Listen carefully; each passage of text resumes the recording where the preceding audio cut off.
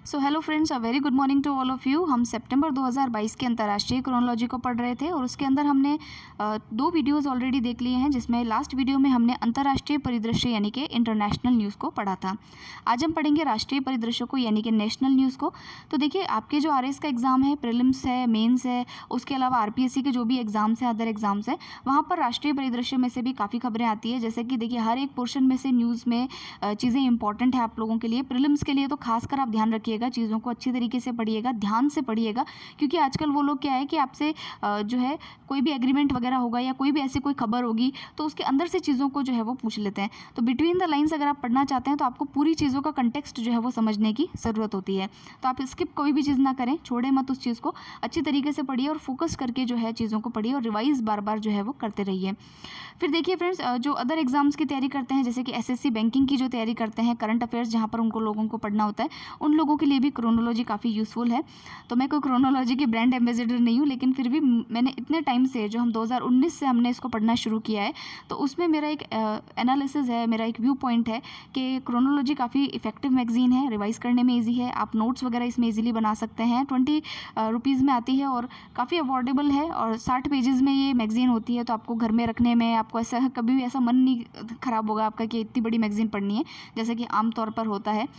तो इसलिए जो है आप इस मैगज़ीन को ज़रूर से खरीदिए फिजिकल फॉर्म में। जिन लोगों के पास नहीं है या नहीं अवेलेबल होती है तो आप हमारा टेलीग्राम चैनल ज्वाइन कर लीजिए। जैसे ही ये मैगज़ीन कंप्लीट होगी, इसके वीडियोस हम इस मैगज़ीन को वहाँ पर अपलोड कर देंगे, तो आप वहाँ पर जाकर के इसको पढ़ लीजिएगा। तो चलिए, इतनी सब बातों के साथ में हम स्टार्ट करते हैं हमारा राष्ट्रीय परिदृश्य यानी कि नेशनल न्यूज़ को। और सबसे पहले न्यूज़ है हमारी रामसर स्थलों को लेकर के, रामसर साइट्स को लेकर के।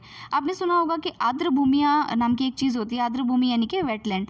वेटलैंड का मतलब क्या है कि आपका जो पारिस्थितिकी तंत्र होता है, उसमें जो आपका टेरेस्ट्रियल यानी कि भूमि वाला पारिस्थितिकी तंत्र और एक्वेटिक यानी कि जलीय पारिस्थितिकी तंत्र, इन दोनों के बीच का जो एरिया होता है उसको हम मार्शी लैंड भी कहते हैं, दलदली भूमि भी कहते हैं, और उसी को वेटलैंड भी कहा जाता है।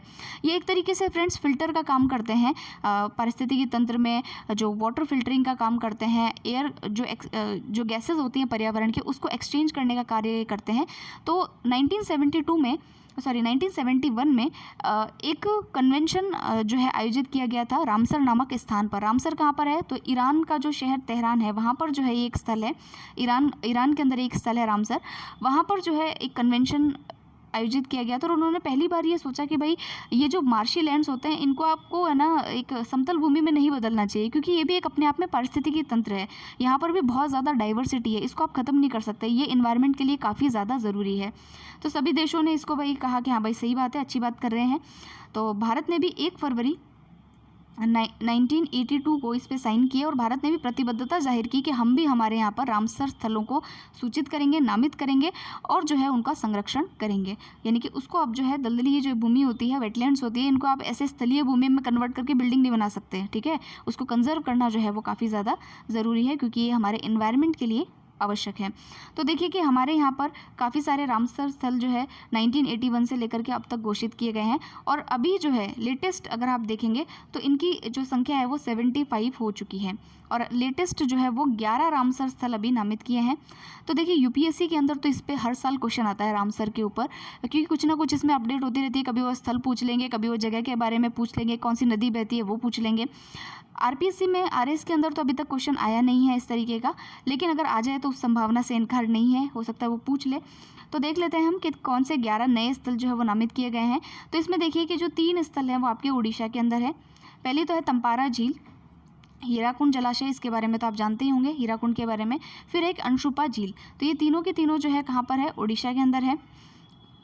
फिर देखिए कि आपके तमिलनाडु के अंदर सबसे ज़्यादा, वैसे भी रामसर स्थल सबसे ज़्यादा जो है तमिलनाडु में 14 रामसर स्थल हैं, और अभी जो इसमें 4 और जुड़े हैं, जैसे कि चित्रागुंडी पक्षी अभ्यारण्य, सुचिंद्रम थेरूर वेटलैंड कॉम्प्लेक्स, विडुवर पक्षी अभ्यारण्य और कांजीरकुलम पक्षी अभ्यारण्य। तो आप देख रहे हैं पक्षी अभ्यारण्य सबसे ज़्यादा कहाँ पर आ रहे हैं? तो तमिलनाडु में आ रहे हैं। फिर देखिए Haigam wetland conservation reserve, Shalbugh wetland conservation reserve, ये दोनों कहाँ पर है? जम्मू कश्मीर में है। इसको भी अच्छे से याद कर लीजिएगा, हो सकता है पूछ ले। मध्य प्रदेश में एक है यशवंत सागर, और ठाणे क्रीक यानी कि महाराष्ट्र के अंदर एक और है जिसका कि नाम है ठाणे क्रीक।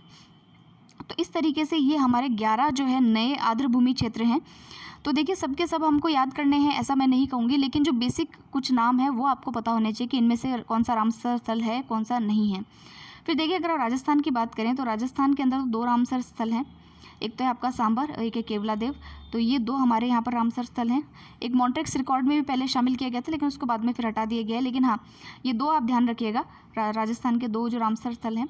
और अभी कितने हो गए रामसर स्थल? तो 75 हो गए हैं। आज़ादी के अमृत महोत्सव के 75वें वर्ष में 75 रामसर हमारे स्थल जो है वो हमारे पास में हो गए हैं।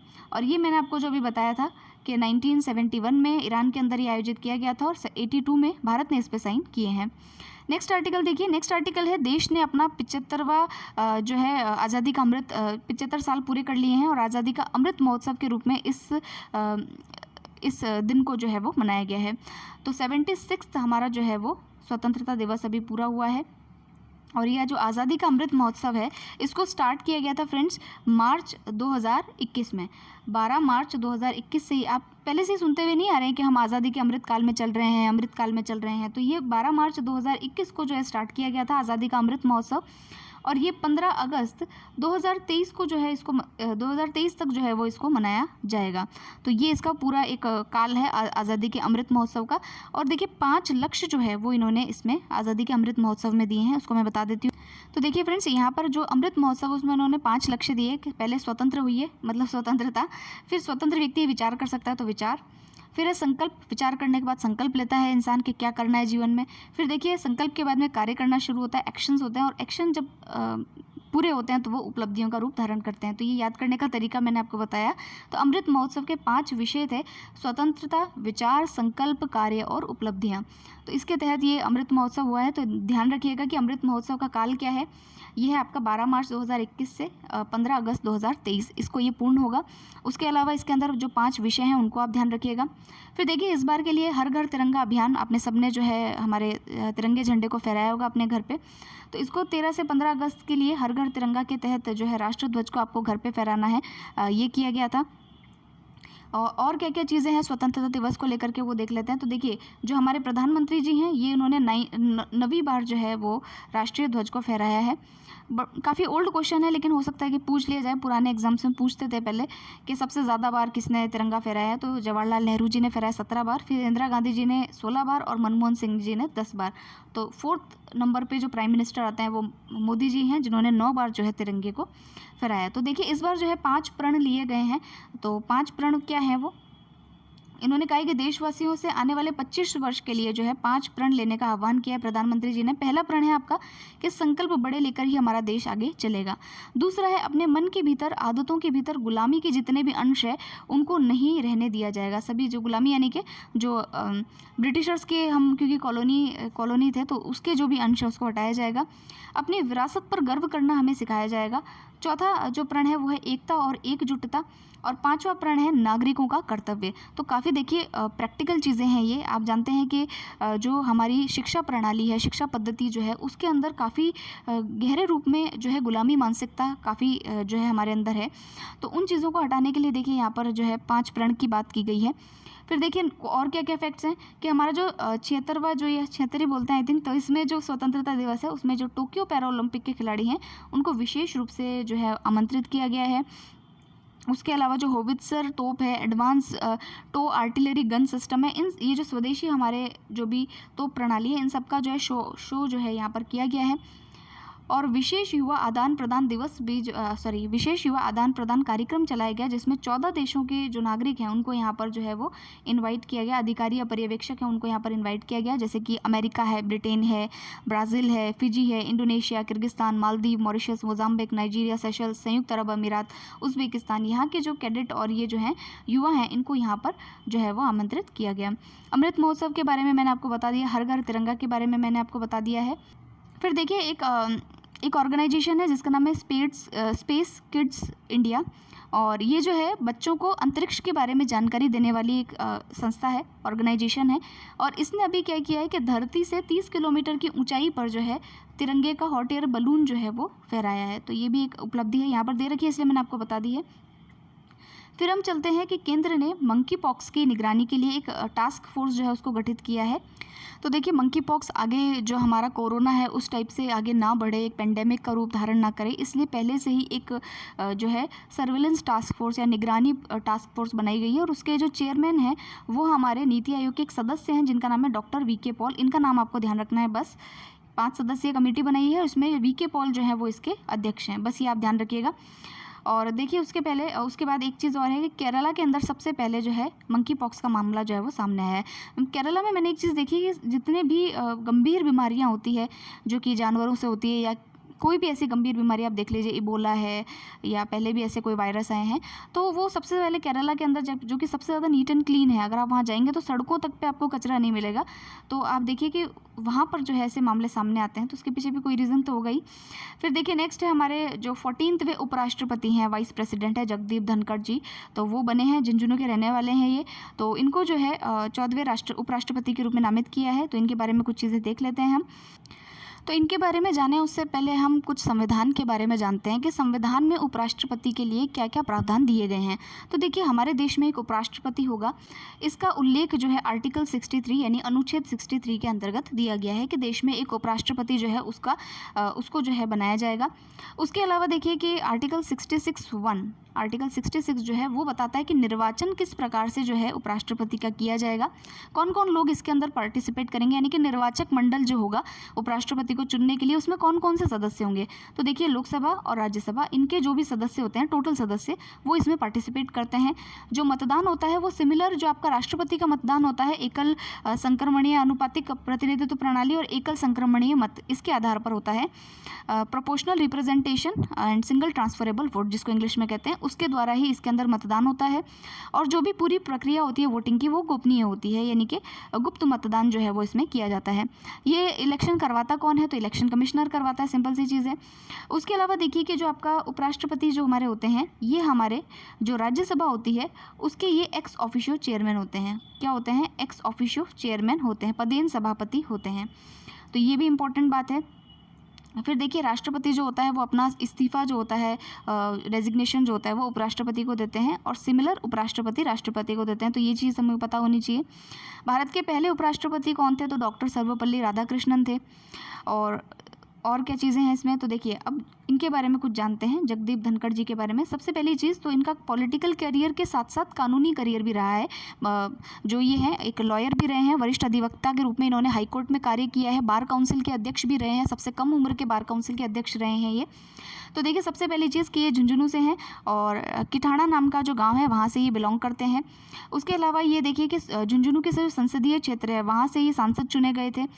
उसके अलावा ये एमएलए के रूप में भी कार्य कर चुके हैं। और जो खेलों के लिए जो 2 संस्थाएं हैं, एक तो है राजस्थान ओलंपिक संघ और एक है राजस्थान टेनिस संघ, इनके भी अध्यक्ष ये रह चुके हैं। और मैंने आपको बताया कि हाईकोर्ट के अंदर भी जो है ये वरिष्ठ अधिवक्ता के रूप में इन्होंने कार्य किया है, बार काउंसिल के अध्यक्ष रहे हैं, सबसे कम उम्र के व्यक्ति थे। तो ये इनके बारे में कुछ चीज़ें थी। उसके अलावा निर्वाचक मंडल मैंने आपको बता दिया है। अब देखिए कि भारत के सबसे पहले राष्ट्रपति थे डॉक्टर सर्वपल्ली राधाकृष्णन, उसके बाद थे डॉक्टर जाकिर हुसैन, फिर थे वीवी गिरी। सारे नाम आप पढ़ लीजिएगा, आपको पता होने चाहिए कि कौन कौन हमारे यहाँ पर जो है वो उपराष्ट्रपति रह चुके हैं। उसके अलावा आप यहाँ पर जो मैंने संविधान के फैक्ट्स बताए वो आपको यहाँ देखने को मिलेंगे। अच्छा एक चीज़ और मैंने नहीं बताई कि जो ये जगदीप धनखड़ हैं, इनके अपोजिट में जो है वो विपक्ष में कौन खड़ी हुई थी, तो मार्गरेट अल्वा जी खड़ी हुई थी। तो ये मार्गरेट अल्वा आपको पता ही है कि हमारे पहले राजस्थान की राज्यपाल भी रह चुकी हैं। जो जगदीप धनखड़ हैं वो इससे पहले पश्चिम बंगाल के जो है राज्यपाल रह चुके होंगे। ये बात कौन नहीं जानता है, काफ़ी ज़्यादा ममता दीदी के साथ में इनके टकराव की स्थिति देखने को मिलती थी, काफ़ी स्टेटमेंट इनके आते थे। तो रिस्पेक्ट की बात होती है। तो जो चीफ मिनिस्टर और गवर्नर जो ये रहे हैं जगदीप धनखड़ जी, तो इन दोनों के बीच में काफ़ी टकराव की जो बातें हैं वो भी देखने को मिली थी। तो ये सारी चीज़ें हैं। तो हमने देख लिया है कि 14वें हमारे जो उपराष्ट्रपति है वो कौन बने हैं, उनके बारे में बातें जान ली है। नेक्स्ट आर्टिकल पे हम चलते हैं। सो फ्रेंड्स ये वाला जो आर्टिकल है काफ़ी इंपॉर्टेंट है। ये प्रोजेक्ट चीता को लेकर के, आपको पता है चीता हमारे देश में विलुप्त प्रजाति के अंदर आता है, तो और इसकी कुछ उप प्रजातियाँ ही बची है और अफ्रीका के अंदर चीते बचे हैं। तो वहाँ से जो है चीता हमारे देश के अंदर लाया जाएगा प्रोजेक्ट चीता के तहत। और इसमें अभी जो आपने नाम सुना होगा, जो इंडियन ऑयल कॉरपोरेशन है, IOC है, उसने कहा है कि भाई हम आपका सहयोग करेंगे। आपने CSR के बारे में सुना होगा, कॉरपोरेट सोशल रिस्पॉन्सिबिलिटी। क्या होता है ये?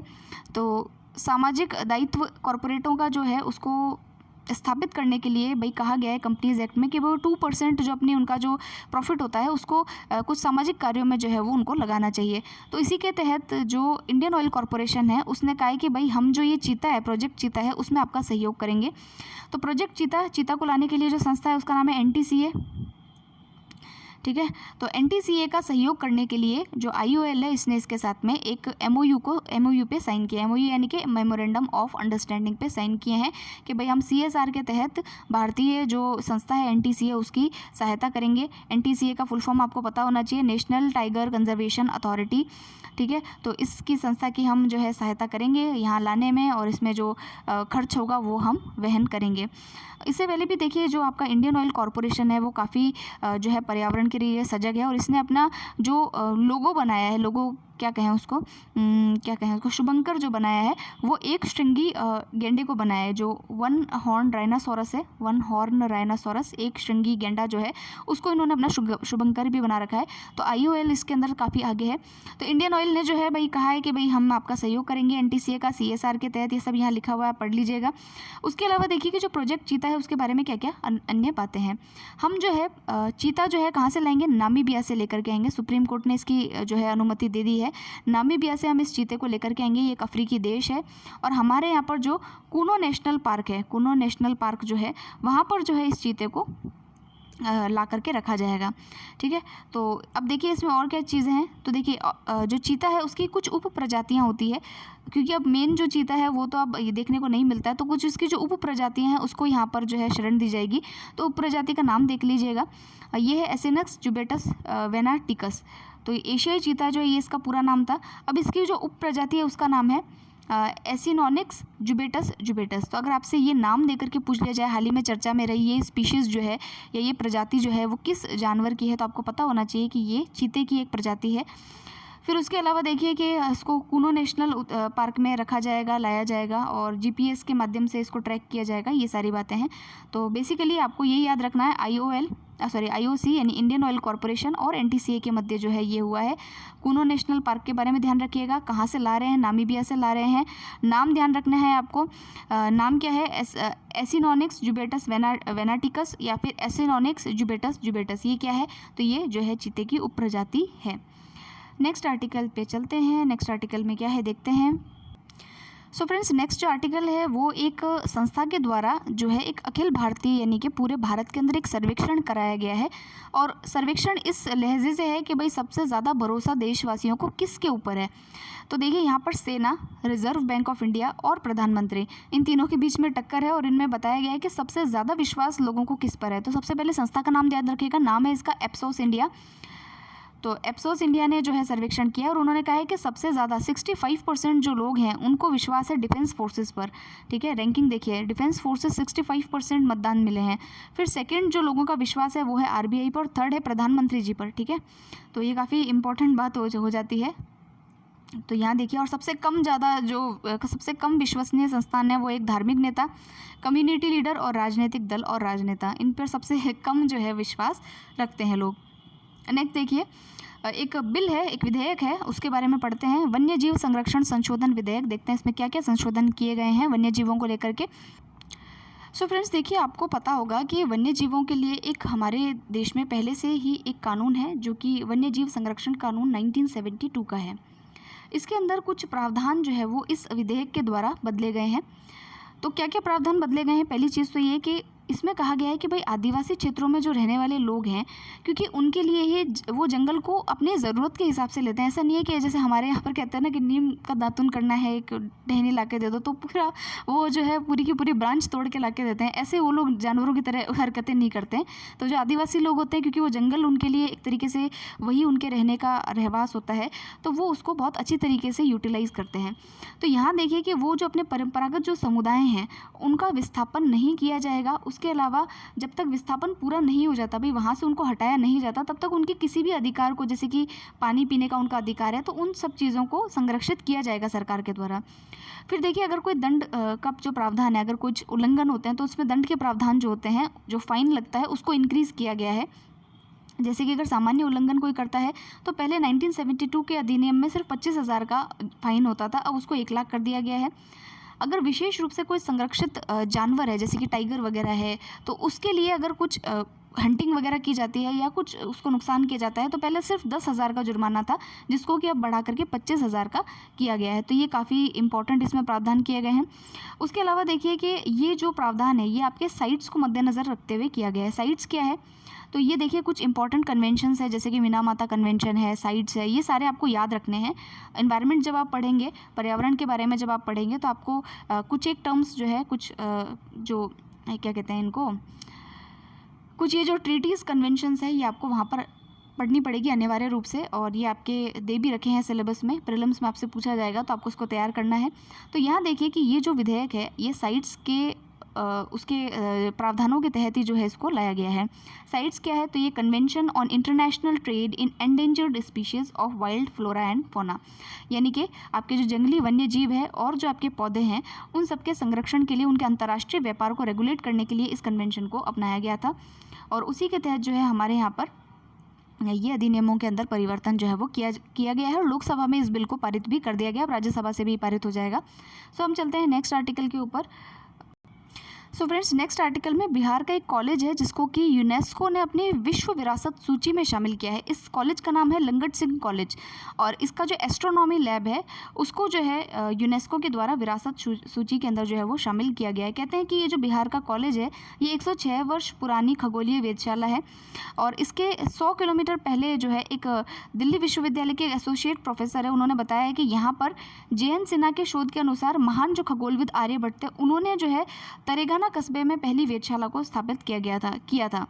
तो इसलिए भी ये काफ़ी इंपॉर्टेंट हो जाती है। तो ये एक तरीके से ध्यान रखिएगा कि एस्ट्रोनॉमी लैब है और खगोलीय वेधशाला है, और इसको यूनेस्को ने जो है अपनी धरोहर सूची में शामिल किया है। नेक्स्ट आर्टिकल देखिए, मध्य प्रदेश में बनेगा विश्व का सबसे बड़ा तैरता हुआ सोलर पावर प्लांट। तो देखिए फ्रेंड्स, काफ़ी इंपॉर्टेंट है। इस बार तो अगर आपने UPSC प्रीलिम्स देखा होगा तो उसमें तो पूछा भी गया था ये क्वेश्चन कि विश्व का सबसे बड़ा तैरता हुआ सोलर पावर प्लांट कहाँ पर है। तो यहाँ देखिए मध्य प्रदेश के अंदर इस पावर प्लांट को लगाया जाएगा। मध्य प्रदेश का जो खंडवा जिला है वहाँ पर इसको लगाया जाएगा। तो ये जो जिला है ये वैसे भी इंपॉर्टेंट है क्योंकि इस ज़िले के अंदर जो है थर्मल पावर, उसके अलावा जो आपका हाइडल पावर है, इन सभी के प्लांट्स लगे हुए हैं, और इन सभी प्लांट से 4000 मेगावाट बिजली की जो उत्पादन है वो ऑलरेडी हो रहा है। तो यहाँ पर जो है 600 मेगावाट बिजली पैदा करने वाला ये प्लांट लगाया जाएगा। अब देखिए तैरता हुआ प्लांट है तो कहीं तो तैरेगा, कहाँ तैरेगा, तो ये जो है ओंकारेश्वर बांध आपने सुना होगा, तो ओंकारेश्वर बांध जो कि नर्मदा नदी पर बना हुआ है वहाँ पर इस प्लांट को जो है वो लगाया जाएगा। तो तीन चीज़ें आपको याद रखनी है, एक तो मध्य प्रदेश, फिर जो है खंडवा जिला, दूसरा सोलर पावर प्लांट, और कहाँ लगाया जाएगा, जो नर्मदा नदी का जो ओंकारेश्वर बांध है वहाँ पर इसको स्थापित किया जाएगा। कुछ कंपनियों के बीच में इसमें MOU साइन हुआ है, नाम आपको बेसिकली इतना याद नहीं रखना है, जैसे कि यहाँ पर लिखा है कि NHDC limited, AMP energy, SJVN limited, इनके बीच में MOU साइन जो है वो इसको लेकर के हुआ है। करीबन 3000 करोड़ रुपए इस पर खर्च किए जाएंगे। उसके अलावा आप यहाँ पर एक चीज़ देखिए कि मध्य प्रदेश ने हाल ही में अपनी जो नवीनीकरण ऊर्जा क्षमता जो नीति है, रिन्यूएबल एनर्जी की जो नीति है, उसको जो है इन्होंने जो है वो अप्रूव किया है, स्वीकृति दी है। 2 अगस्त 2022 को ही इन्होंने स्वीकृत किया है नई रिन्यूएबल एनर्जी नीति को, और यहाँ पर इनकी क्षमता जो है वो 20,000 मेगावाट से ज़्यादा की है।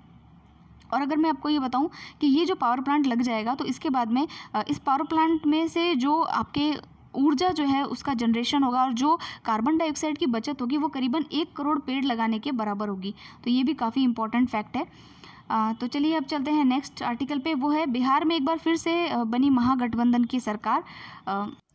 तो देखिए जो हमारे बिहार है, तो बिहार के अंदर जो नीतीश कुमार जी हैं वो 8वीं बार चीफ मिनिस्टर बन चुके हैं, और इस बार तो इन्होंने जो है भाजपा के साथ में गठबंधन नहीं किया था, एक महागठबंधन इन्होंने बनाया है जिसमें कि जो लालू प्रसाद की पार्टी है RJD, उसके सहित कांग्रेस, जीतन राम मांझी की जो पार्टी, सभी को जो है साथ लेकर के इन्होंने एक महागठबंधन खड़ा किया और 164 विधायकों का समर्थन प्राप्त करके जो है वो सरकार को बनाया है।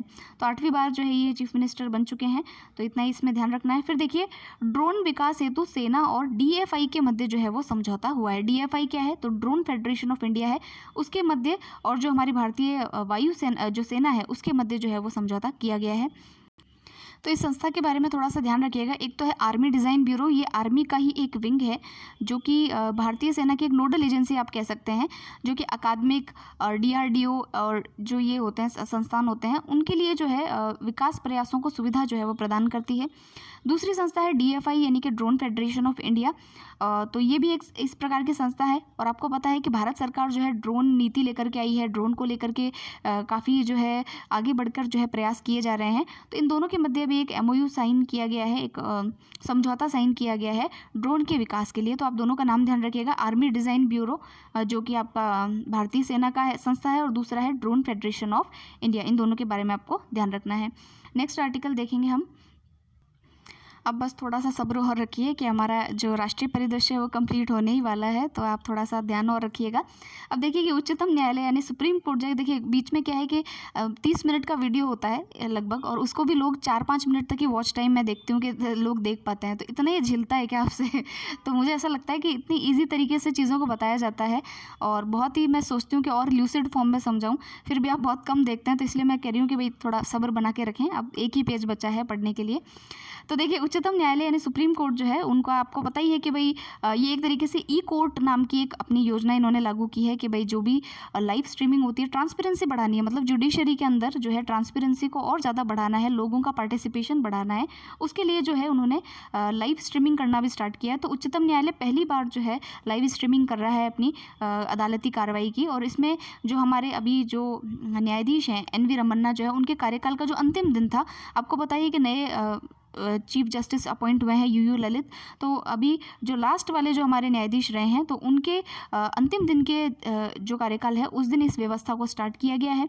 और आप अगर ये तो सुप्रीम कोर्ट की बात हुई, अगर आप हाई कोर्ट की बात करें तो गुजरात का जो हाई कोर्ट है वो पहली बार अपनी लाइव स्ट्रीमिंग शो करने वाला पहला हाई कोर्ट जो है वो बना है। उसके अलावा भी देखिए उड़ीसा, कर्नाटक, झारखंड, पटना, मध्य प्रदेश के जो हाई कोर्ट हैं वो भी यूट्यूब पर अपनी जो कोर्ट है उसकी लाइव स्ट्रीमिंग कर चुके हैं। तो आप देखेंगे तो बड़ा मज़ा आएगा कि लाइव स्ट्रीमिंग देखने में कि वो कैसे डांटते हैं। एक दो बार तो कालजा ठंडा हो जाता है कि हाँ मज़ा आ गया कि इस अफसर को डांटा, इसको ऐसे डांटा, इस पुलिस वाले को ऐसे डांटा। एक बार के लिए तो आपको अच्छा भी लगेगा वहाँ पर कि कोई तो इनके ऊपर भी है। तो आप देखिएगा काफ़ी जो है मज़ा आता है उसमें। फिर देखिए कि जो न्यायाधीश DY चंद्रचूड़ रहे हैं, उनकी अध्यक्षता वाली एक समिति थी जो कि ये मुकदमों के ऊपर जो है वो कार्य कर रही थी। मतलब उन्होंने कहा था कि भाई जो है लाइव स्ट्रीमिंग जो है वो की जानी चाहिए। तो उनके जो न्यायाधीश DY चंद्रचूड़ है, उनकी अध्यक्षता में ये एक समिति थी। इनका नाम भी आपको ध्यान रखना चाहिए। फिर हम शॉर्ट न्यूज़ देख लेते हैं क्या क्या इंपॉर्टेंट है। गोवा जो है वो हर घर जल प्रमाणित राज्य जो है वो घोषित किया गया है। तो देखिए आपको अगर याद हो तो 2019 के अंदर एक मिशन आया था, भारत सरकार का एक मिशन था 2019 का, 15 अगस्त यानी कि स्वतंत्रता दिवस पर उन्होंने कहा था जल जीवन मिशन JJM। इस मिशन के तहत इन्होंने कहा था कि भाई 2024 तक सबके घर पे नल पहुंचा देंगे, सबके मतलब नल के साथ पानी भी पहुंचाएंगे, लेकिन जो है हर घर जो है वो जल जो है वो पहुंचाया जाएगा। उसमें भी जो ग्रामीण परिवार हैं उनको 2024 तक जो है वो पानी उपलब्ध करवा दिया जाएगा। तो ये JJM मिशन का ही एक अंग है। उसके अलावा देखिए कि इसमें जो ये हर घर जल प्रमाणित राज्य है उसमें यही किया गया है कि गोवा ने कहा है कि हमारे जितने भी 2 लाख जो ग्रामीण परिवार हैं सबके यहाँ पर नल कनेक्शन आ गया है, पीने योग्य पानी हमने पहुँचा दिया है। तो ये जो उपलब्धि है पूरे देश में हासिल करने वाला गोवा पहला राज्य बना है। उसके अलावा बात करें कि केंद्र शासित प्रदेशों में भी किसी ने कुछ कारनामा किया है तो देखिए दादर नागर हवेली और जो दमन एंड दीव है, क्योंकि इनको एक कर दिया गया है, तो दादर नागर हवेली, दमन दीव, ये जो है देश के पहले केंद्र शासित प्रदेश है जिनको कि सर्टिफिकेट मिला है कि हर घर जल प्रमाणित राज्य ये बन गए हैं। तो ये दोनों नाम आप ध्यान रखिएगा। उसके अलावा देखते हैं जो विधानसभा की बैठकें होती है, आपको पता है कि हर राज्य में विधानसभाएं होती है, तो उनकी बैठकों के मामले में केरल जो है वो सबसे शीर्ष पर जो है वो रहा है। फिर देखिए बहुत छोटी छोटी खबरें हैं कि विधानसभा की जो बैठकें हैं, जैसे कि अभी मैंने आपको बोला कि एक इंडिपेंडेंट शोध संस्थान है जिसका नाम है PRS लेजिस्लेटिव रिसर्च। उसने कहा है कि भाई पूरे देश के अंदर जितनी भी विधानसभाएं हैं उसमें मात्र 21 दिन, एक एवरेज बताया उसने कि 21 दिन तक की बैठकें होती है। केरल के अंदर सबसे ज़्यादा हुई है, 61 दिन जो है उन्होंने काम किया है।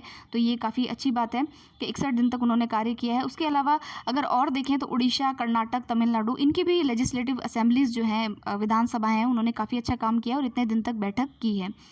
फिर देखिए आपको याद हो ऑपरेशन विजय के बारे में कि जब करगिल के ऊपर जो है पाकिस्तानी सेना ने कब्जा कर लिया था और करगिल ऊंची पहाड़ी के ऊपर है, तो 5000 सैनिक जो है पाकिस्तानी वहाँ पर कब्जा जमा करके बैठे थे। उसको मुक्त कराने के लिए करगिल को तो ऑपरेशन विजय जो है वो स्टार्ट किया गया था 3 मई 1999 को, और 26 जुलाई 1999 को जो है इस पर विजय हासिल कर ली गई थी, तो इसलिए इसका नाम है ऑपरेशन विजय।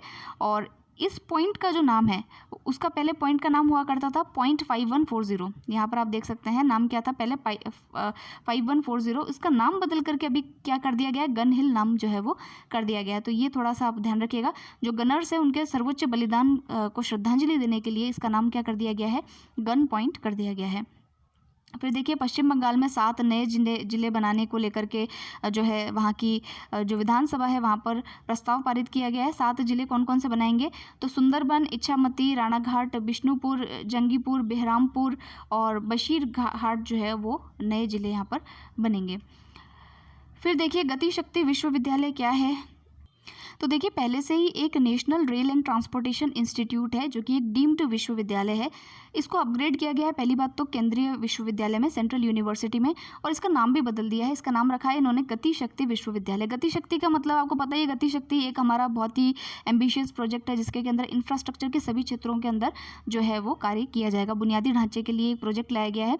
तो संसद में एक संशोधन पारित किया गया विधेयक, जिसमें कि केंद्रीय विश्वविद्यालय विधेयक संशोधन लाया गया और उसमें इसका नाम जो है वो चेंज किया गया है। यहाँ पर स्किल डेवलपमेंट, गुणवत्ता, टीचिंग इन सबको लेकर के कार्य किया जाता है। देखिए नेक्स्ट जो है आपका है श्रीमद रामचंद्रन मिशन, और इसमें क्या कहा गया है कि जो प्रधानमंत्री है उन्होंने गुजरात के वलसाड जिले के अंदर ये एक मिशन चालू किया है। इस मिशन में क्या है कि जो विभिन्न परियोजनाएं हैं इस नाम के अंतर्गत विभिन्न परियोजनाएं चलाई जाएंगी, जैसे कि 200 करोड़ के व्यय से तैयार होगा श्रीमद रामचंद्रन अस्पताल और श्रीमद रामचंद्र पशु चिकित्सालय बनेगा, और उसके अलावा यहाँ पर centre of excellence for women जो जनजातीय महिलाओं के लिए है उसको भी बनाया जाएगा। तो ये सभी श्रीमद रामचंद्रन मिशन के तहत जो है इनको बनाया जा रहा है। फिर देखिए सफाई मित्र सुरक्षित शहर एक योजना है, इसको देख लेते हैं। फ्रेंड्स अगर आपने मेरा एक वीडियो देखा होगा जिसमें मैंने आपको 16 अगस्त से लेकर के 21 अगस्त तक के आई थिंक जो करंट अफेयर्स पढ़ाए थे, एक सप्ताह के करंट अफेयर्स, उसमें मैंने ये सारे राष्ट्रीय परिदृश्य की खबरों को वहाँ पर कवर किया था। उसी में मैंने सफाई मित्र सुरक्षित शहर योजना भी आपको बताई थी। तो आप देखिए कि जो हमारे सफाई मित्र होते हैं, सफाई कर्मी होते हैं, मैन होल्स को साफ़ करने में, सेफ्टी टैंक्स वगैरह को साफ़ करने में इनकी कई की गैस से भी मृत्यु हो जाती है उसमें, और जो है इसमें कार्य करना काफ़ी तरीके से क्या कहें उसको कि एक दुष्कर कार्य जो लोग हमारे लिए करते हैं, तो उसके लिए उनको हेड्स ऑफ किया जाना चाहिए। तो उन्हीं की सुरक्षा को ध्यान में रखते हुए सफाई मित्र सुरक्षित शहर एक योजना लाई गई थी, जिसमें कि जो हमारे जितने भी मैन होल है उनको मशीन होल में कन्वर्ट करा जाएगा। यानी कि जितने भी कार्य हैं जो कि मशीनों के द्वारा किए जा सकते हैं वहाँ पर मनुष्यों को ना उतारा जाए, उनकी गरिमा का ध्यान रखा जाए। तो उसके लिए जो है इस योजना को लाया गया था, और अब तक 500 शहर ऐसे हैं जिन्होंने अपने आप को सफाई मित्र सुरक्षित शहर जो है वो घोषित कर दिया है। उसके अलावा देखिए कि ये जो कार्य है उसके लिए 2 मंत्रालय हैं, एक तो आपका है आवास एवं शहरी कार्य मंत्रालय और एक है आपका सामाजिक न्याय और अधिकारिता मंत्रालय। इन्होंने जो है MOU साइन किया था इस कार्य को, इस प्रोग्राम को चलाने के लिए। उसके अलावा इनका एक खुद का ही एक प्रोग्राम है जिसका नाम है नमस्ते, ये भी मैंने आपको बताया था उस समय। इसका नाम है national action for mechanised sanitation ecosystem, ठीक है, national action for mechanised sanitation ecosystem. तो इसके तहत क्या है कि भाई आपका जो भी सैनिटेशन सिस्टम है, जो भी आपका सफाई से संबंधित इकोसिस्टम है, उसको जो है मैकेनाइज्ड किया गया, मशीनीकृत किया जाए, ये हमारा उद्देश्य है, ताकि जो भी हमारे जो ये वर्कर्स हैं उनकी जो कुछ जो कहते हैं ना कुछ कार्य जो है वो इनका कम किया जा सके। अब देखिए राउंड अप के अंदर 2 न्यूज़ इंपॉर्टेंट है। पहला तो ये देखिए IIT मद्रास और भारतीय भाषाओं के लिए जो है IIT मद्रास के द्वारा जो है जो भी हमारी भारतीय भाषाएं हैं उनके लिए एक AI जो है सोर्स का निर्माण किया है, और उसका नाम रखा है इन्होंने Nilekani centre at AI for Bharat, ठीक है। तो भारत की जो भाषाएं हैं उनके लिए इन्होंने आर्टिफिशियल इंटेलिजेंस के तहत जो है एक ओपन सोर्स जो प्रोग्राम है उसका निर्माण किया है। दूसरी न्यूज़ देखिए कि उत्तराखंड की जो गवर्नमेंट है उसने कहा है कि हमारे राज्य के जो 13 जिले हैं उनके अंदर हम एक संस्कृत गांव बनाएंगे। यानी कि उस हर जिले के अंदर एक गांव ऐसा होगा जहां पर कि संस्कृत भाषा को बढ़ावा दिया जाएगा, लोग वहां पर संस्कृत में बातचीत जो है वो करेंगे। तो काफ़ी इंपॉर्टेंट चीज़ है, संस्कृत जो हमारी एक तरीके से कहते हैं ना कि विलुप्त हो रही है भाषा, और इसको आगे बढ़ाने के लिए ये उत्तराखंड की सरकार के द्वारा कार्य किया जा रहा है। नाम ध्यान रखिएगा आप। अब देखिए फ्रेंड्स पेज नंबर 19 पे आइएगा, वहाँ पर आपको शॉर्ट न्यूज़ के कुछ पोर्शंस यहाँ मिलेंगे। तो पहला आर्टिकल ऊपर देखिए, तमिलनाडु सरकार ने तिरुनेलवेली जो जिला है वहाँ पर अगस्त्यमलाई में राज्य का 5वां जो हाथी रिजर्व है उसको घोषित किया है। तो विश्व हाथी दिवस के अवसर पर जो 12 अगस्त को आता है, यहाँ पर जो है तिरुनेलवेली जो है उसको जिले के अंदर जो है अगस्त्यमलाई जो राज्य है उसका अगस्त्यमलाई जो है उसको 5वां हाथी रिजर्व जो है वो घोषित किया है। तो नाम थोड़ा सा मेरा स्लिप हो गया है, आप इसको देख लीजिएगा। तो अगस्त्यमलाई को जो है 5वां हाथी रिजर्व घोषित किया गया है। फिर देखिए एडीबी जो है आपका वो उसने भारत सरकार के हिमाचल प्रदेश में स्वच्छ पेयजल की सुविधा को प्रदान करने के लिए जो है बेहतर करने के लिए सुविधाओं को एक ऋण समझौते पर हस्ताक्षर किए हैं। तो ये हालांकि इतना इंपॉर्टेंट नहीं है, ये नहीं पूछा जाएगा। आप फर्स्ट वाला याद रखिएगा, तमिलनाडु वाला। फिर देखिए कि जो आयुष्मान भारत स्कीम है उसके तहत ट्रांसजेंडर्स को भी एक जो है सुविधा दी गई है कि वो जो अपना सेक्स रीअसाइनमेंट सर्जरी करवाते हैं उसको भी इसके अंदर शामिल किया गया है। फिर देखिए कि जो प्रधानमंत्री है उन्होंने फरीदाबाद के अंदर जो अमृता अस्पताल है उसका उद्घाटन किया है, जो कि एशिया का सबसे बड़ा प्राइवेट हॉस्पिटल होगा। और इसको जो है माता अमृतानंदनमयी मठ जो है उसकी ओर से इसको जो है फंडिंग या मैनेजमेंट जो है इसका वो उसके द्वारा किया जाएगा। तो याद रखिएगा कि जो अमृता अस्पताल है फरीदाबाद के अंदर, ये एशिया का सबसे बड़ा प्राइवेट हॉस्पिटल होगा। फिर देखिए पंजाब और हरियाणा की जो गवर्नमेंट्स हैं उन्होंने अपना जो अंतर्राष्ट्रीय हवाई अड्डा है, चंडीगढ़ हवाई अड्डा उसका नाम था, उसका नाम बदल करके शहीद भगत सिंह के नाम पर रखने का फैसला किया है। जॉइंट उनका ये जो है वो है। तो आज हमने पढ़ लिया है राष्ट्रीय परिदृश्य को। अब हम जो नेक्स्ट खबर हैं वो हम पढ़ेंगे, जिसके के अंदर हमको पढ़ना होगा हमारा science and defence technology, space and defence technology. इसको हम पढ़ेंगे अंतरिक्ष एवं रक्षा प्रौद्योगिकी। तो ये आपका 4th नंबर का वीडियो होगा, तो आप बने रहिएगा चैनल के साथ में। हम 4th वीडियो ज़रूर से जल्दी से देखेंगे। मिलते हैं नेक्स्ट वीडियो के अंदर। Thank you very much for listening.